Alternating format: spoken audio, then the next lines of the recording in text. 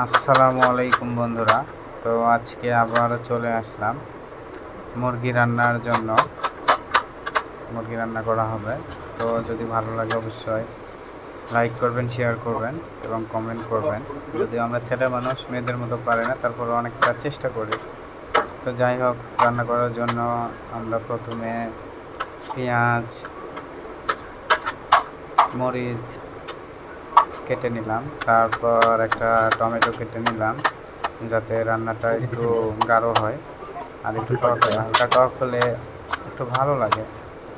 তো সেটা আমাদের কাছে ভালো লাগে, হয়তো সবার কাছে ভালো লাগবে না। তো পেঁয়াজ, রসুন, আদা, মরিচ সব কিছু কেটে নেওয়ার পরে সব কিছু রেডি করে নিলাম হাতের কাছে। নেওয়ার পরে হালকা একটু গরম করে নিলাম তেল।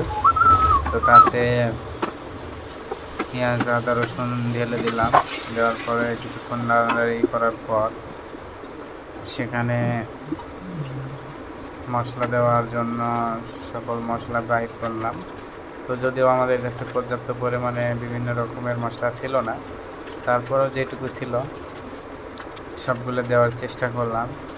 তো আমাদের মশলার মধ্যে ছিল মিক্স মশলা ছিল, সেগুলো ব্যবহার করলাম।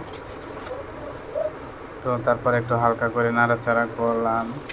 দেখা গেল কি সুন্দর একটা কালার আসলো। তো মেয়েরা হয়তো আরও সুন্দর কালার নিয়ে আসতে পারে, আমরা অতটা পারি না। তো যাই হোক, তারপরে টমেটো দিয়ে দিলাম, দিয়ে আবার একটু নাড়াচাড়া করলাম। নাড়াচাড়া করার পরে হালকা একটু টমেটো সিদ্ধ হয়ে গেল, তখন মাংস দিলাম। তো মাংসের মধ্যে দুটো ডিম ছিল।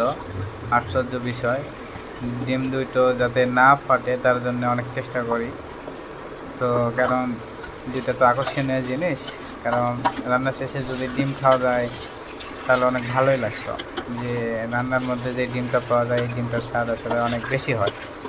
তো তার জন্য আস্তে আস্তে নাড়ছিলাম, আর ডিমটা দেখে সবসময় চেষ্টা করতেছিলাম ডিমটা যেন সাইডে যায়। তো কিছুক্ষণ নাড়াচাড়া করার পর হালকা একটু পানি দিলাম, দিয়ে একটু গরম করে নিলাম। নেওয়ার পরে পানি শেষের পথে দেখুন কী অবস্থা হয়ে যায়, এবং রান্না শেষে আমাদের রান্নাটা এরকম।